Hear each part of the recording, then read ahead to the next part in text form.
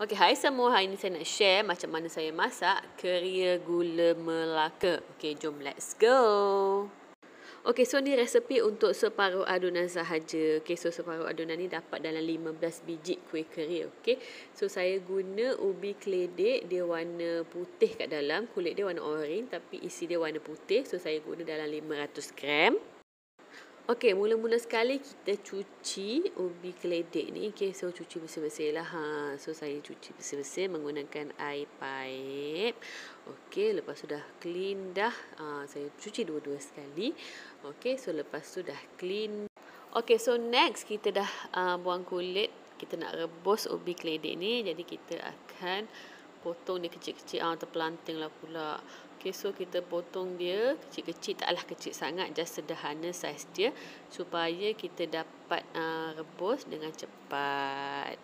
Okay, ni dah siap potong. So saiz dia sangat sederhana, just sederhana je. Okay, so next. Okay, so next kita isi air dalam periuk dan kita akan rebus ubi keledek ni. So masukkan keledek, so saya masukkan semua sekali dan air tu pastikan melebihilah ubi keledek tu supaya dia tak kering cepat kan. Okay, so lepas kita dah masukkan semua sekali ubi keledek tu, kita boleh buka api sederhana. Okay, so tak perlu besar sangat, just sederhana, dan masukkan sedikit garam supaya naik rasa lemak-lemak daripada ubi keledek tu. Okay. Okay, next saya nak tengok, saya nak check lah dia dah empuk ke tak. Okay, so nampak dia macam dah empuk. Nampak tak warna dia pun dah jadi sedikit kuning pekat. Okay, so saya akan keluarkan. So tapis elok-elok ubi keledek tu. So kita akan tapis dahulu sebelum kita start lah. Okey, lepas tu kita letak dalam satu bekas yang besar. Okey, so saya guna bekas macam gini dan saya masukkan semua ubi keledek masa dia tengah panas, tapi air memang dah tak ada, dah kurang lah sebab saya dah tapis. Okey, so masa panas-panas ni lah kita kena lengitkan dia supaya dia mudah. Okey, so saya lengitkan dia sampai dia betul-betul lengit macam gini. Okey, so ni kira okey dan dah. Okey, so lepas ni saya sejukkan dahulu sekejap. Okey. Okey, lepas dah sejuk baru kita masukkan tepung. Kalau kita masukkan tepung, time ubi keledek tu panas lagi, nanti kita perlu menggunakan tepung yang banyak. Okey, so tepung ni saya guna dalam 125 gram sahaja. Saya suka menggunakan cawan sebab ini adalah resepi untuk separuh adunan. Okey, so bila dah cantik macam gini, maksudnya done lah.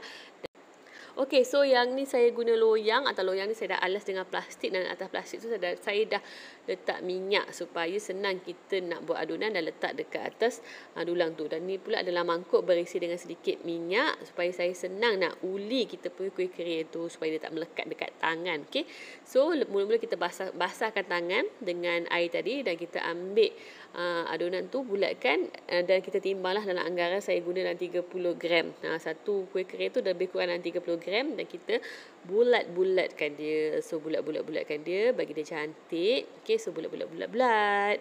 Lepas tu tekan dan lepas tu kita buat lubang kat tengah-tengah. Tekan belah depan, lepas tu pusingkan dia dan tekan belah belakang. Lepas tu bolehlah cantikkan supaya nampak bentuk kuih keria tu. Okey, so saya dapat dalam 14 biji kuih keria. Okey, so sekarang kita nak start kita punya proses untuk menggoreng pula. Okey, so untuk goreng, so mula-mula panaskan minyak. Pastikan minyak betul-betul panas dan kita deep fry lah. Okey, so saya goreng 2 kali. So 1 kali goreng saya masuk dalam 7 biji. Okey, so kita masukkan dan kita tunggu sampai dia betul-betul perang sebelum kita keluarkan dia.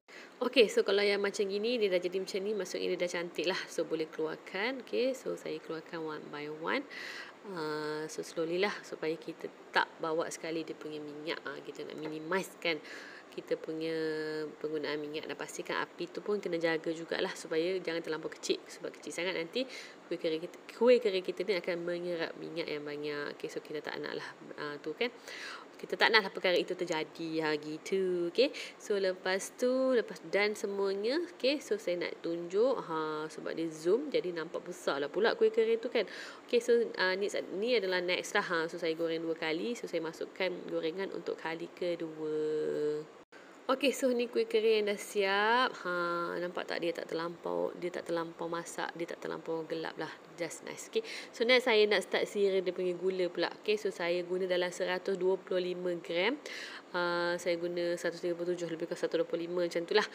Saya guna gula Melaka. Okey, so first thing sekali kita akan cairkan dia. Okey, so dalam kuali saya letak dalam suku cawan. Okey, so just sikit je air dan lepas tu saya akan masukkan kita punya gula Melaka. Okey, so api tu just nice lah, tak besar sangat, tak kecil sangat. Okey, so lepas tu kita akan mula untuk okey, so next adalah dia dah cair betul-betul. So just kita tunggu sampai dia betul-betul pekat sebelum kita masukkan kuih kering tu. So sebelum ni saya dah buat. So part ni saya fail.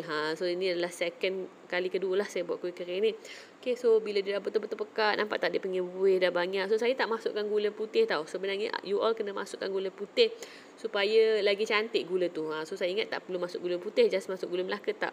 Tapi kalau dia punya adunan yang betul adalah 125 gram gula Melaka dan juga 4 ke 5 sudu gula putih. Gula putih tu perlulah. Okay, so lagi banyak gula putih, dia akan jadi lagi tebal sebenarnya part gula dekat gula Melaka, dekat kuih kering kita tu. Okay, so saya nak kurangkan gula, jadi saya tak letak gula putih. Okay, lepas dia dah betul-betul dah menggelegak macam tu, baru kita masukkan kuih kering. Oh, nak terpelanting lagi, kita punya kuali nak terjatuh. Dan saya ambil pemegang, kena pegang kan sebab dia panas. Okay, jadi kita balik-balikkan. So balik-balikkan ni memang betul-betul kena tunggu kita punya gula tu betul-betul pekat, supaya kita punya kuih kering tu tak perlu terendam begitu lama dalam kita punya air gula tu. Kita tak nak kuih kering tu jadi lembik, kita nak dia jadi just nice. Okay, so saya just sebatikan dia dan saya besarkan api supaya dia lagi cepat kering gula tu. So saya just jaga je, saya pusing kan kita punya kuih kering tu lah. Okay, so kita just tunggu sampai dia betul-betul cantik. Okay, kalau macam ni dah cantik dah. Jadi kita keluarkan one by one. So saya letak balik dalam loyang yang ada plastik tu. Nampak tak dah cantik dah. Okay, so next procedure dia, cara dia adalah kita keringkan. Kita keringkan dulu. Kita bagi dia sejuk lah dulu kan kuih kering ni sebelum kita hidangkan. Okay, so saya biarkan sekejap. Okey, ni dah siap dah. So saya makan dekat tepi tasik. Saya makan kat tepi tasik. Letak sekalikan dengan kopi. Oh, memang sedap lah petang-petang. Sekali-sekala kita makan kuih kering ni. Selamat mencuba.